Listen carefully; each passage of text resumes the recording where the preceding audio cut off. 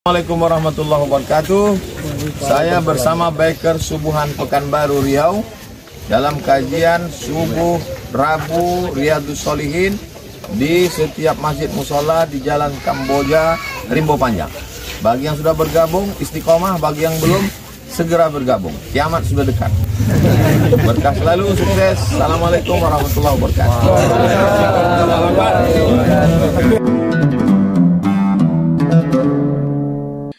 Bismillahirrahmanirrahim. Assalamualaikum warahmatullahi wabarakatuh.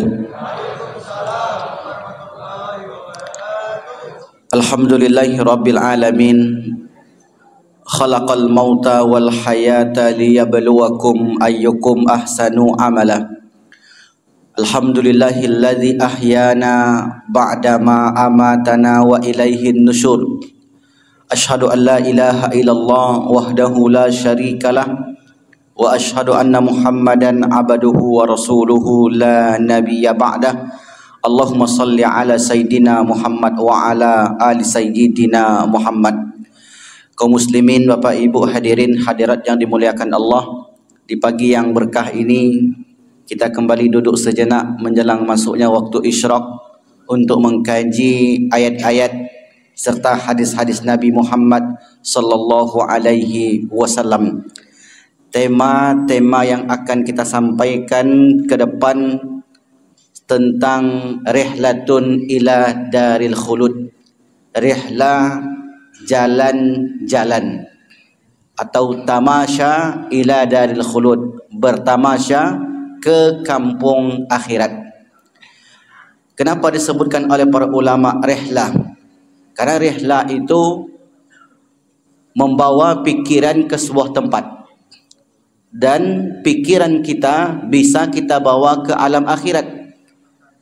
Kalau kita di dunia ini membawa pikiran kita melalui informasi, maka untuk menuju kampung akhirat kita pun mendapatkan informasi itu dari Al-Quran dan hadis Nabi Muhammad sallallahu alaihi wasallam. Kalau kita menuju ke sebuah tempat, maka kita baca tempat itu melalui informasi-informasi, kita pelajari dan lain sebagainya. Maka untuk ke kampung akhirat pun demikian.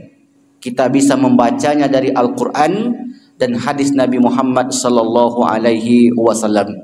Sebelum kita masuk ke pembahasan, sebagaimana biasa kita berdoa kepada Allah untuk menambah keberkahan bagi hidup kita, dan jika ada saudara, orang tua, teman kita yang telah mendahului serta yang sakit, mudah-mudahan diangkat penyakitnya dan dilapangkan alam kuburnya. Amin ya rabbal alamin. A'udzubillahi minasyaitonirrajim. Bismillahirrahmanirrahim.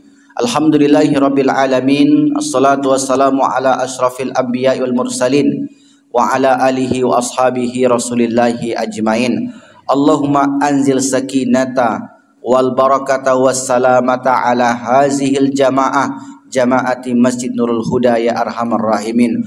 Allahumma rfa' marda minna, Allahumma rfa' marda min ikhwanina, Allahumma ighfir lahum warhamhum wa'afihim wa'fu anhum wa akrim nuzulahum wa wasi' madkhalahum waj'al jannata maswahum. Allahumma ja'al qabrahum rawdatan min riyadil jinan wa la taj'al qabrahum khufratan min khufarin niran. Rabbana atina fid dunya hasanah wa fil akhirati hasanah wa qina adzaban. Alhamdulillahi rabbil alamin. Kaum muslimin, Bapak Ibu yang dimuliakan Allah Subhanahu wa taala, datanglah masanya yaumul ba'ats, hari berbangkit. Setiap orang, falam nughadir ahadah, kata Allah, setiap orang tidak satu pun kecuali kami akan kumpulkan, tanpa terkecuali, dimanapun mereka meninggal, di lautan, di bulan, di Mars, yang hari ini berkat canggihnya teknologi, Elon Musk berhasil memberangkatkan awaknya, yaitu krunya, ke Mars dan kembali lagi ke bulan, kembali lagi ke bumi ini. Perjalanannya lebih kurang 6 bulan lamanya. Berkat kecanggihan teknologi tersebut bisa lagi dikembalikan. Meskipun misalnya ada orang nanti yang tinggal di Mars, tinggal di bumi lain. Karena kemajuan teknologi, maka mereka tetap akan dikumpulkan ketika datangnya hari berbangkit. Meskipun dia tenggelam di samudra ataupun di lautan lepas, mungkin jenazahnya tidak ditemukan sama sekali, maka tetap orang tersebut akan dikumpulkan, akan dibangkitkan oleh Allah Subhanahu wa taala. Maka hari berbangkit sesuatu yang pasti akan kita lalui. Maka disinilah orang-orang yang tidak beriman, mereka katakan, qalu ya hasratana man ba'athana mimmar qadina hadza. Qalu, mereka berkata, man ba'athana, siapakah yang membangkitkan kami, min marqadina hadza, di tempat pembaringan kami ini. Orang-orang kafir itu meyakini tidak ada yang namanya hari berbangkit. Kalau sudah mati, ya selesai. Maka itulah akhir daripada perjalanan manusia. Padahal informasi dari Al-Quran dan hadis Nabi Muhammad SAW, siapapun dari manusia itu akan dikumpulkan. Maka dikumpulkanlah nanti manusia mulai dari minal awwalina wal akhirin la majmu'una ila miqati yaumin ma'lum. Dikumpulkan pada hari yang telah ditentukan. Maka manusia pun tanpa terkecuali berada di sebuah bumi yang disebut dengan bumi akhirat. Akhirat disebut akhirat karena terakhir, tidak ada kehidupan sesudah itu. Kehidupan manusia bersifat kekal abadi, khalidina fiha abadan. Ini tema yang terakhir yang kita bahas sebelum puasa yang lalu. Lalu kemudian bangkitlah manusia itu Bapak Ibu dengan berbagai macam bentuknya. Ada yang dibangkitkan oleh Allah dalam keadaan bercahaya, terang, meliputi sekujur tubuhnya dan sekelilingnya. Siapa mereka ini? Mereka adalah orang-orang yang beriman, beramal saleh setiap hari sampai akhir hayatnya. Salah satu amalan yang kita sampaikan dahulu yaitu orang yang senantiasa ke masjid di waktu gelap. Salat di masjid di waktu isya dan salat subuh. Salat subuh kita di masjid ini bukan saja untuk mendapatkan pahala di dunia, bukan saja untuk menimba ilmu, tapi kata Rasulullah, basyiril masyain, beri kabar gembira kepada orang yang mau melangkahkan kakinya ke masjid. Beri berita gembira kepada mereka yang mau datang ke rumahku di waktu-waktu gelap. Apa berita gembiranya? Bin nuritami ilal masajid, bin nuritami, dengan cahaya yang sempurna yaumal qiyamah. Maka ketika cahaya itu kita peroleh di dunia ini dan Allah berikan nanti di akhirat, di sanalah Rasulullah mengenali umatnya. Karena Nabi Muhammad pasti akan menunggu kita Bapak Ibu. Maka kata Rasulullah, kalau kalian tidak mendapatiku di al-haud, di telagaku, maka temui aku di mizan. Mizan nanti di depan. Mizan ini tempat di mana setiap amal kita ditimbang. Kalau kalian tidak menemuiku di al-haud, di telagaku bumi mahsyar, dan di al-mizan, tempat ditimbangnya amal, untuk aku berikan syafaat, maka kalian pasti mendapatiku di sirat. Siratul mustaqim, titian yang sangat tipis. Tapi tipisnya titian ini bagi orang yang kurang amal. Bagi orang yang beramal, disebutkan oleh salah seorang ulama, titian itu tidak sekecil yang seperti yang kita bayangkan. Bahkan titian itu luasnya seperti jalan, sehingga kemudian mereka tidak sedikit pun merasa takut melewati titian itu. Kenapa dia mendapati kemudahan kala itu? Karena amal yang dilakukannya. Bapak Ibu yang dimuliakan Allah, kalau kita pelajari hadis Nabi, ada satu amalan apabila dilakukan oleh seorang muslim di dunia ini, Allah akan mudahkan jalannya menuju surga ketika di atas titian Siratul Mustaqim. Kira-kira apa amalannya? Amalannya adalah seorang yang menjadi lawyer, menjadi pengacara yang menghubungkan dua orang yang sedang bertikai. si A, si B, atau misal rakyat dengan pemerintahnya, ketika dia damaikan itu, dia mencari kebenaran, maka kata Nabi, orang yang melewati titian sirat itu, orang yang tadi, maka Allah akan mudahkan urusannya. Nah, kalau di dunia ini profesinya disebut pengacara.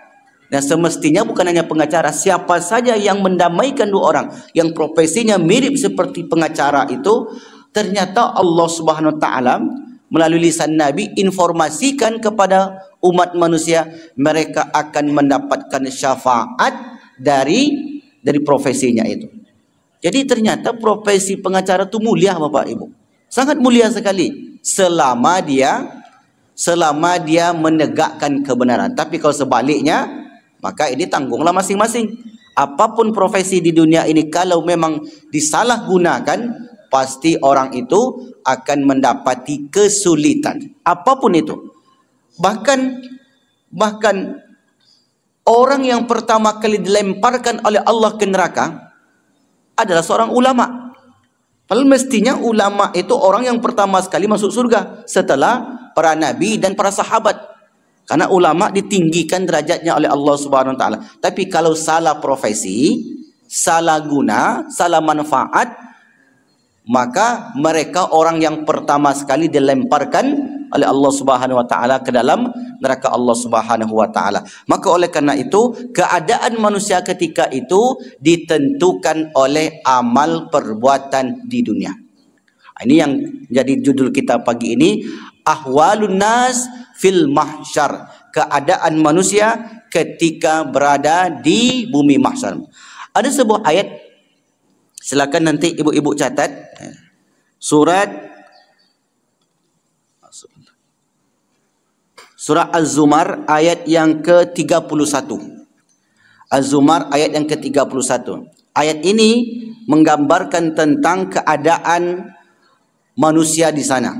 A'udzubillahi minasyaitonirrajim. Summa innakum, kemudian sesungguhnya kalian, yaumal qiyamati, pada hari kiamat, inda rabbikum, di sisi Tuhan kalian, takhtasimun, ada orang yang bertengkar.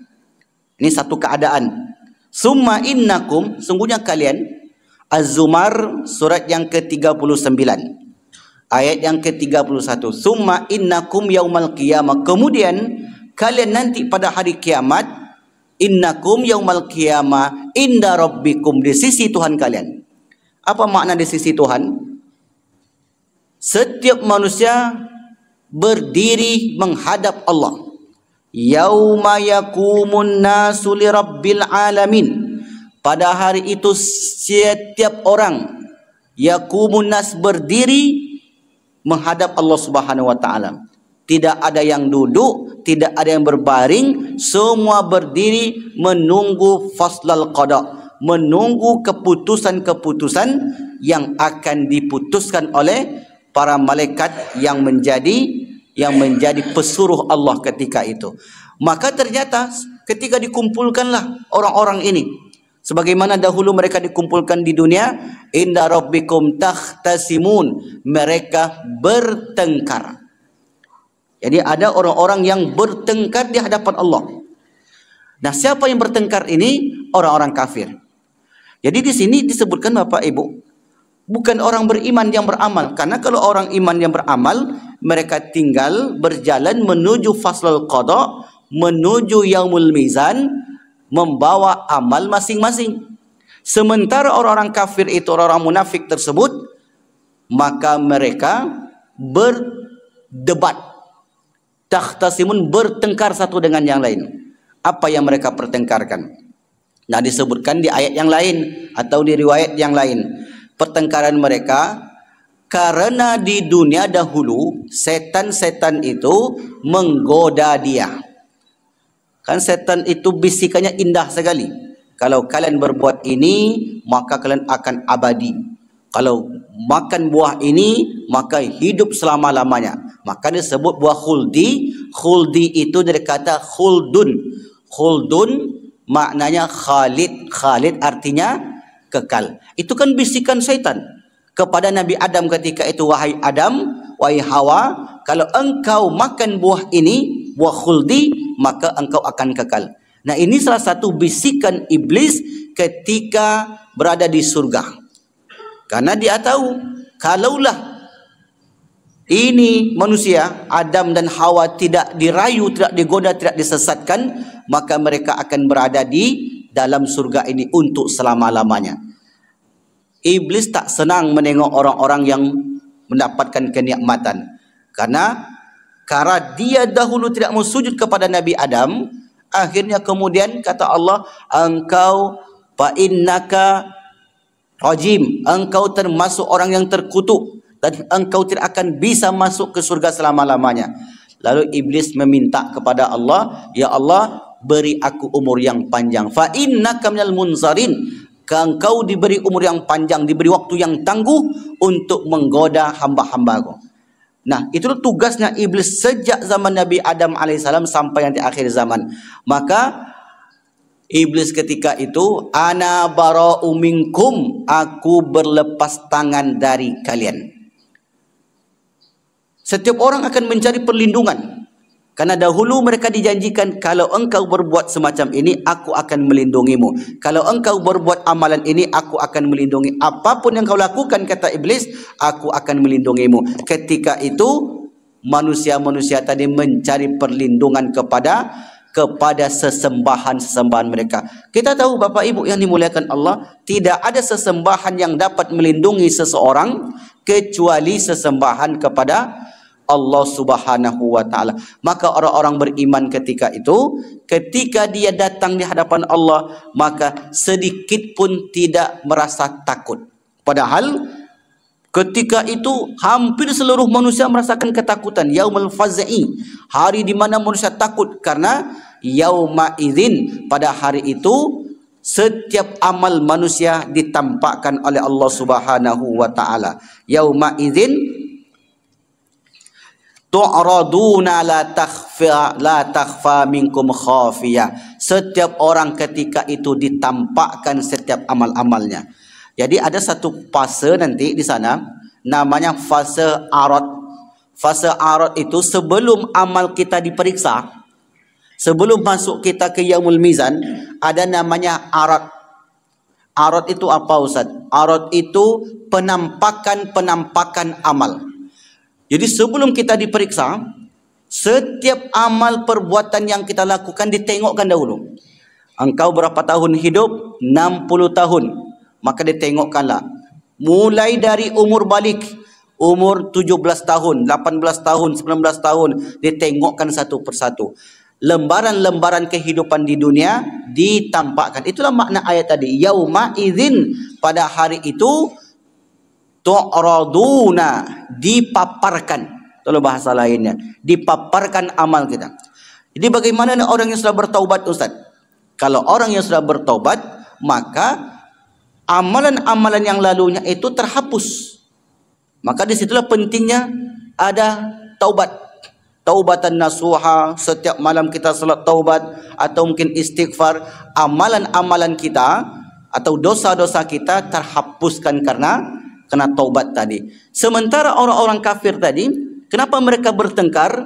Karena mereka tidak bertaubat. Jadi pintu taubat itu Bapak Ibu sangat hebat. Orang yang bertaubat itu sangat hebat sekali.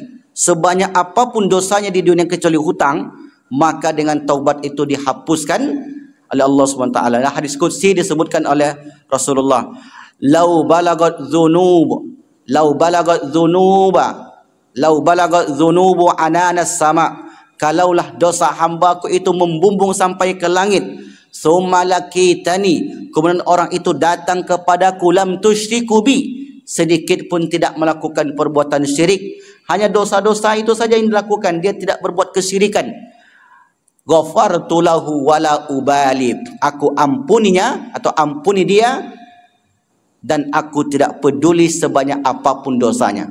Kalau dia datang kepadaku biqurabil khataya, datang kepadaku membawa sebumbung langit, seisi bumi, khatayal ard, sebanyak bumi ini dosanya, sumalakitani, kemudian dia tidak berbuat syirik kepadaku, ghafartu laka wala ubali, aku ampuni kamu, kata Allah, dan aku tidak peduli.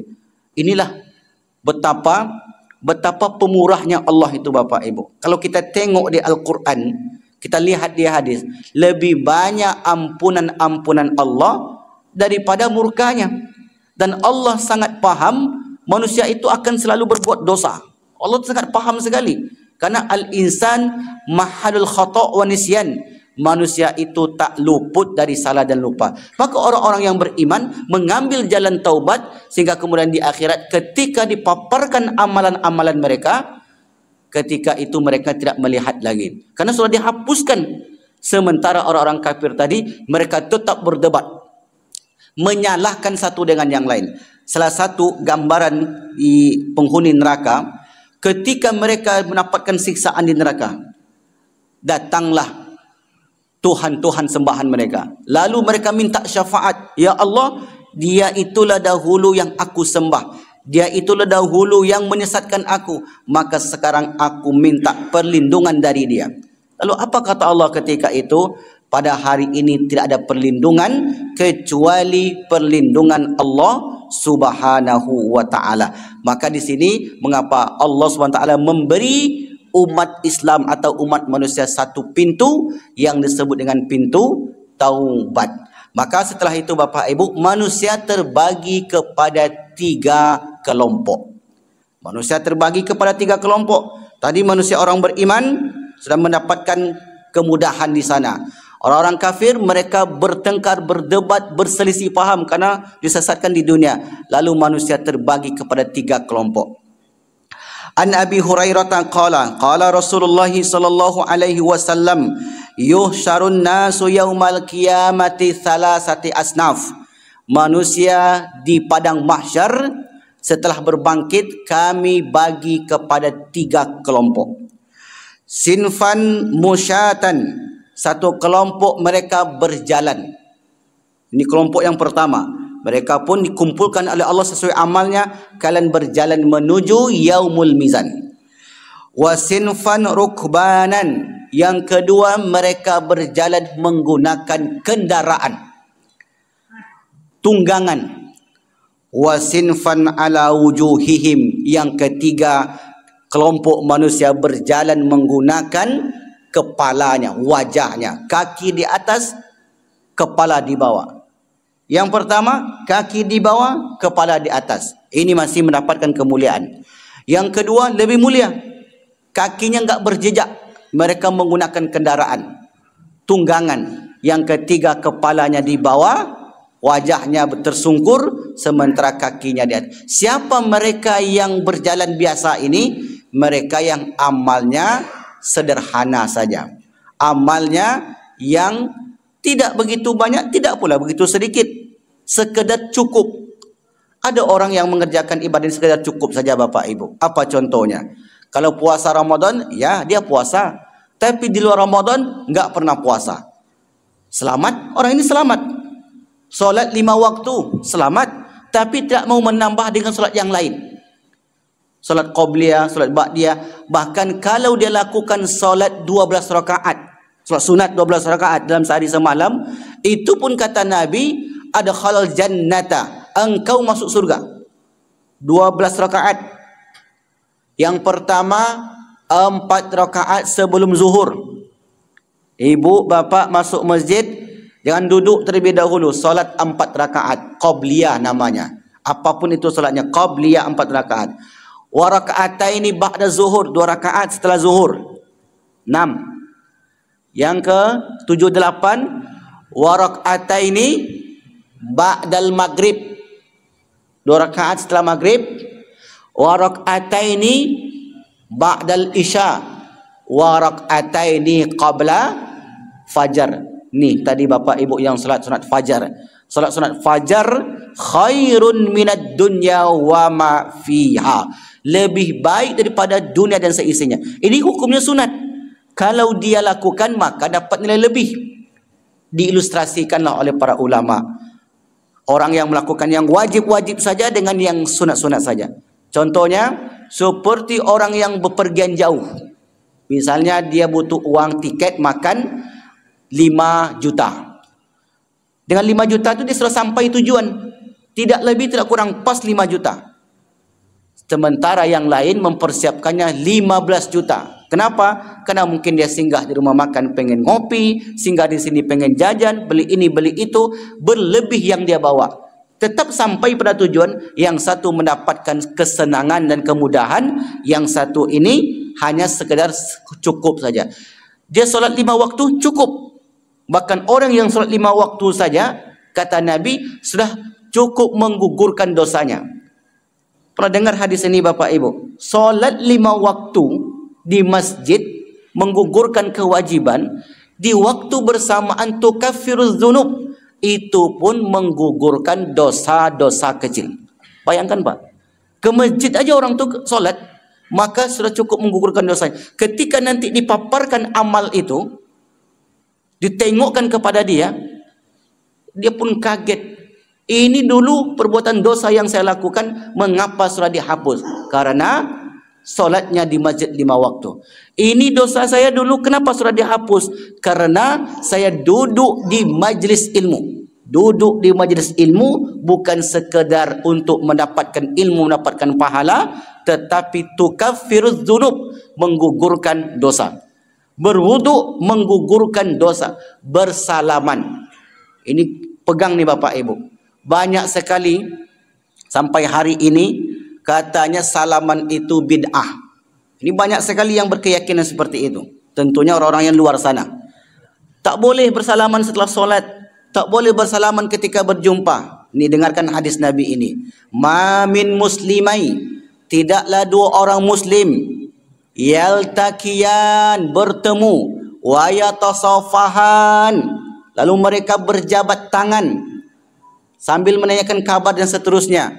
Wa yatasafahan ghufira lahuma, diampuni dosa mereka berdua, malam yatafarraqa, sebelum mereka berpisah. Jadi kalau ada yang mengatakan itu tidak boleh, tidak ada zaman Nabi, orang ini tidak membaca hadis. Disitulah kekurangannya. Karena dia tak tahu hadis itu, tiba-tiba nampak dia lakukan, kita melakukan seperti itu, dianggap perbuatan yang salah, tidak ada dalam Islam. Padahal itu merupakan salah satu penggugur dosa. Bayangkanlah Bapak Ibu, ketika nanti dipaparkan amal kita, misalnya seperti di TV ini divisualkan, dosa 1, dosa 2, dosa 3, tanpa sengaja, karena dia bersalaman tadi, dihapuskanlah tadi. Ini orang-orang yang menambah lebih tadi. Kalau dia berjalan kaki, kemudian karena amal-amal wajibnya, sementara yang kedua dia menambah amal sunnahnya sesudah itu. Dia tambah amal sunnahnya. Kenapa mereka menggunakan kendaraan Ustaz? Sebentar lagi kita akan masuki bulan Zulhijjah. Salah satu kendaraan yang datang kepada kita adalah hewan kurban. Hewan kurban itu Bapak Ibu, kata Aisyah, innahu ya'ti, sesungguhnya hewan kurbanmu itu akan datang nanti kepadamu, bi kuruniha wa bi azfariha, kuku-kukunya dihadirkan kepada kalian, tanduk-tanduknya dihadirkan kepada kalian, dan sekujur tubuhnya itu, kulit dan bulunya dihadirkan kepada kalian. Semua itu akan datang kepada kalian untuk memberi kesaksian. Dan kata Aisyah radhiyallahu anha, kata Rasulullah, riwayat Abu Hurairah, istafrihu dohayakum, carilah hewan kurban yang terbaik, fa innaha matayakum yaumal qiyamah, karena hewan kurban kalian itu akan menjadi tunggangan kalian pada hari kiamat. Ini disebut tadi Bapak Ibu. Jadi bagi Bapak Ibu yang diberi kelapangan harta oleh Allah, setiap tahunnya berkurban, ingat, kurban kita itu akan hadir kepada kita ketika kita tak mampu bergerak nanti di padang mahsyar. Karena dalam hadis Nabi disebutkan, la tazulu qadama abdin, tidak akan bergeser kaki seorang hamba hatta yus'ala an arba'in, sehingga ditanya kepadanya 4 perkara. Artinya satu orang itu minimal 4 perkara inilah ditanya. An ilmihi, dari ilmunya. Bayangkanlah berapa banyak ilmu yang dia miliki di dunia, satu persatu ditanya. Ilmu ini, ilmu ini, ilmu. ilmu fikihnya ditanya, ilmu tafsirnya ditanya, berapa banyak ilmunya. Bayangkanlah, kalaulah berdiri setiap orang, sambil berdiri itu ditanyain ini dan itu, maka mungkin kita tidak akan sanggup. Tapi disitulah kuasa Allah. Allah datangkan amal kita berupa hewan kurban tadi, kita pun menantinya di atas hewan tunggangan tersebut. Jadi kita tidak terasa lama.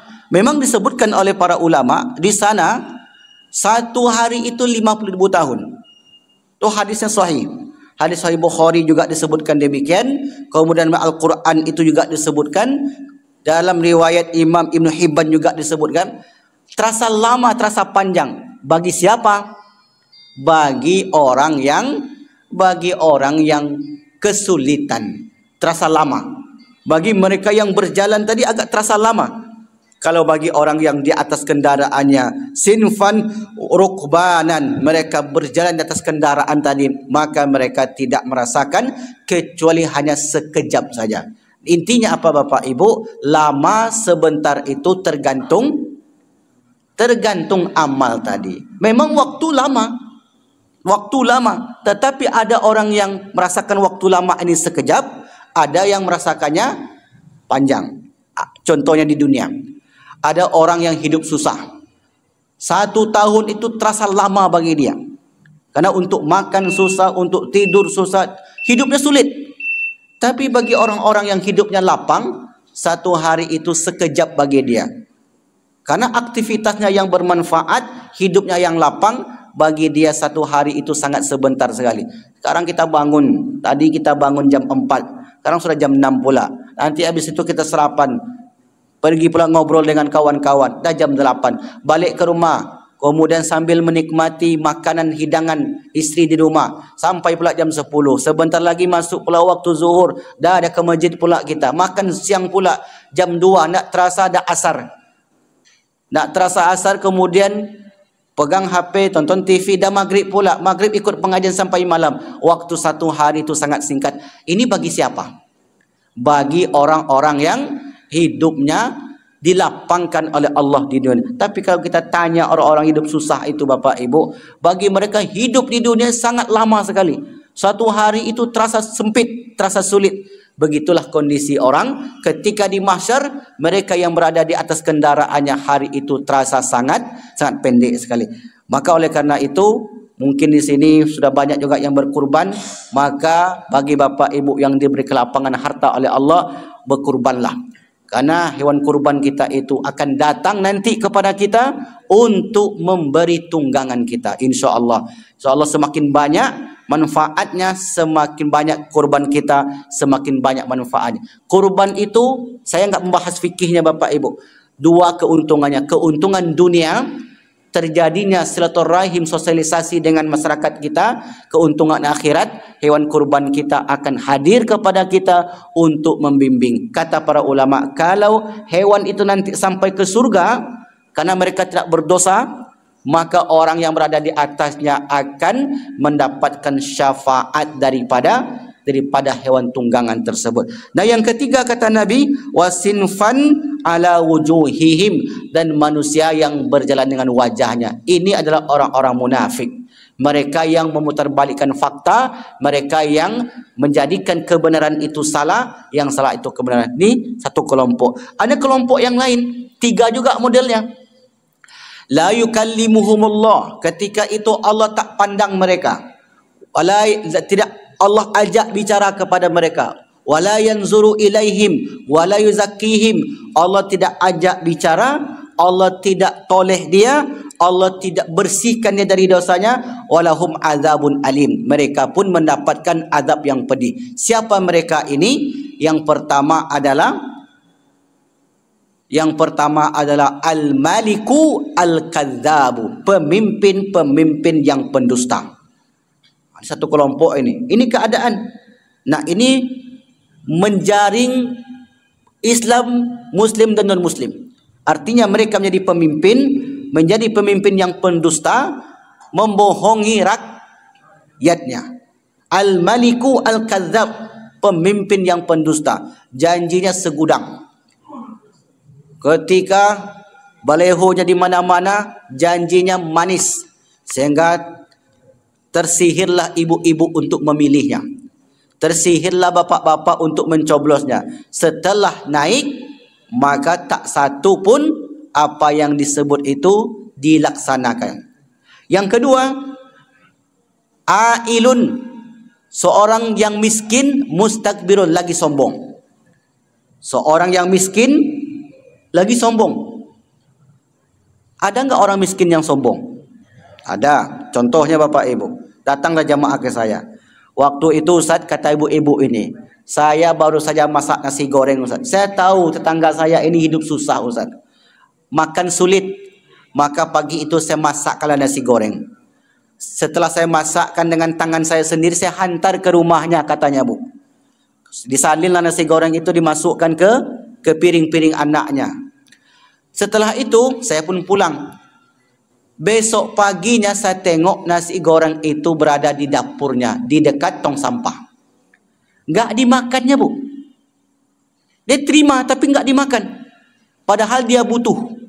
Maka ini termasuk orang miskin yang sombong. Sudahlah hidup susah, tak pandai bersyukur. Itu mubazir, padahal cukup dia makan.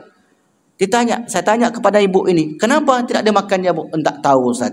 Padahal dia sangat butuh dengan bantuan tetangga-tetangganya. Memang begitu tipikalnya orang itu Ustaz. Kalau dia dibantu, mereka bukan berterima kasih, kita yang dijelekkan. Ada tipe orang begitu Bapak Ibu. Maka ini termasuk orang yang susah, orang yang miskin, ailun mustakbirun, yang sombong.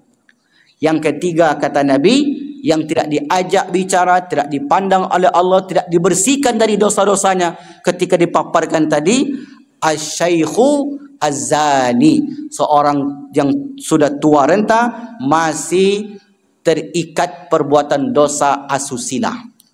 Sudah tua renta tapi masih melakukan perbuatan zina. Ini tiga orang tidak dibersihkan, tidak disucikan, tidak dipandang, dan bagi mereka azab yang pedih ketika di bumi mahsyar nantinya. Maka inilah di antara kondisi atau keadaan manusia di bumi mahsyar. Wallahu a'lam bishawab. Insyaallah akan kita jelaskan ke depan tentang tiga ini. Sebenarnya Bapak Ibu bukan tiga, ada 9 ternyata.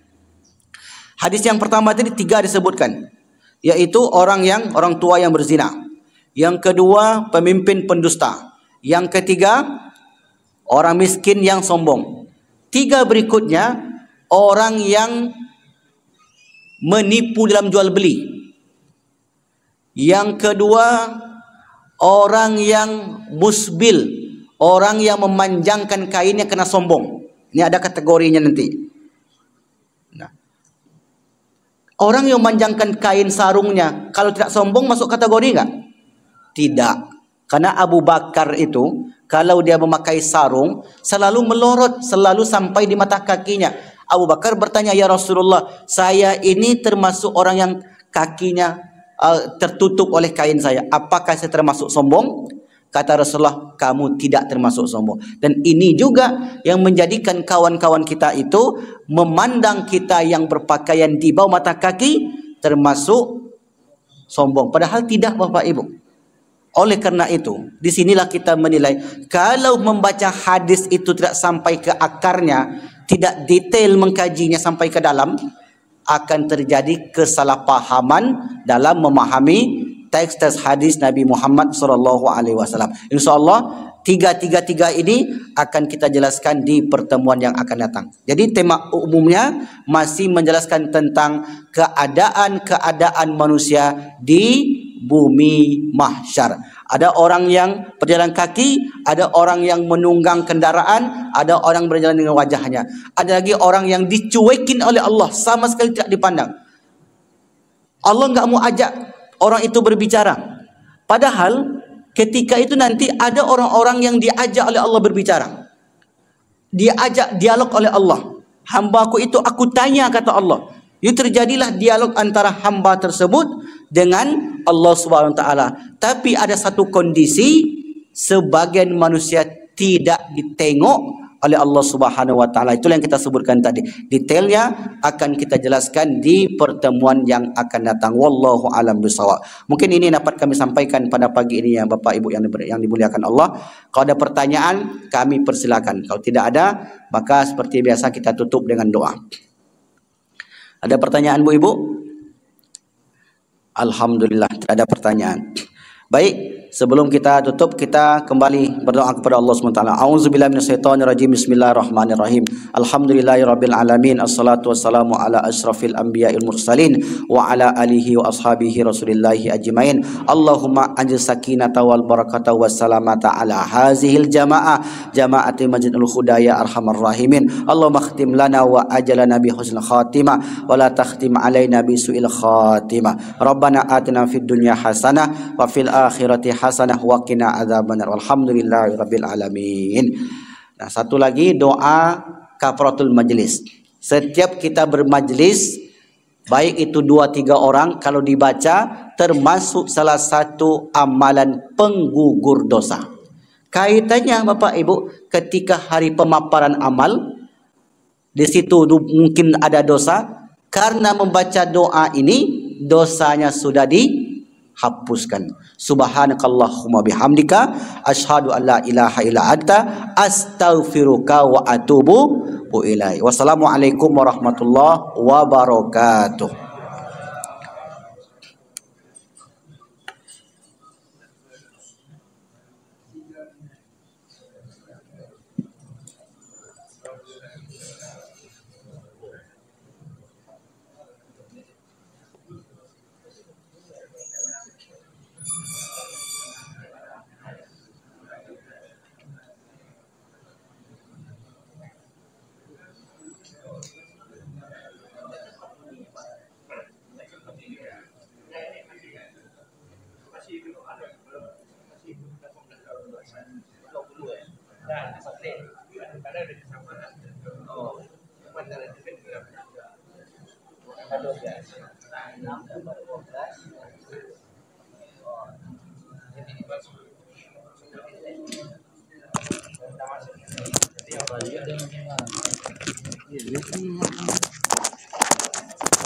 Iya,